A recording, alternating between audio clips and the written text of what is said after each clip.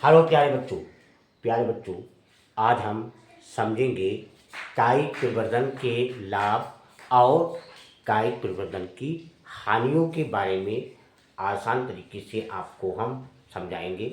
तो जीव विज्ञान कक्षा 10 बायोलॉजी क्लास 10 का जो चैप्टर है जीव जनन कैसे करते हैं उससे ये लिया गया है प्यारे बच्चों।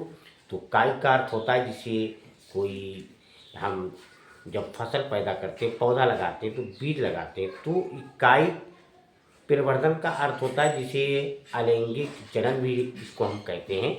तो इसमें बीज का उपयोग नहीं किया जाता है, इसमें जैसे जड़ ले लो, पत्ती ले लो, तना ले लो, उसी को हम बोलते हैं कायिक प्रवर्धन। तो पहले हम कायिक प्रवर्धन के लाभ के बारे में समझते हैं।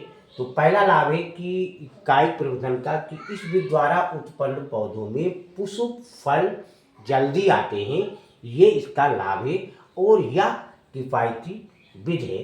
ये पहला लाभ हो गया कायिक प्रवर्धन का। दूसरा है कि कुछ पौधों जैसे घास में जो अंकुरणशील यानी बीज नहीं बनते, ऐसे पौधों को वर्धी प्रजनन विधि से उगाया जाता है। वर्धी का मतलब बिना बीज के जड़ या तना पत्ती के लिए।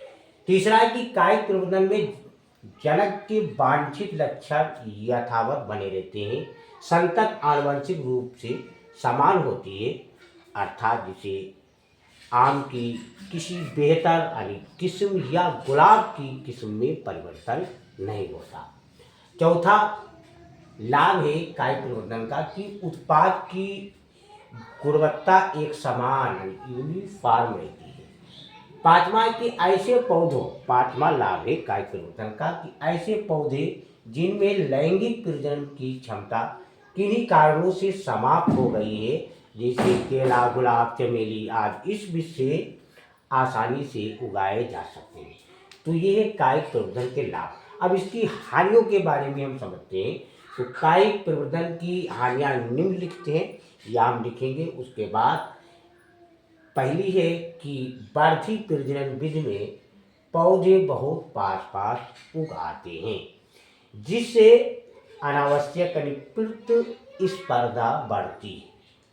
दूसरा है कि वर्धी भागों का लंबे समय तक संग्रह करना मुश्किल होता है। तीसरा है कि वर्धी प्रजनन से प्राप्त संतति में विभिन्नताओं का अभाव होता है या जैव विकास में सहायक नहीं।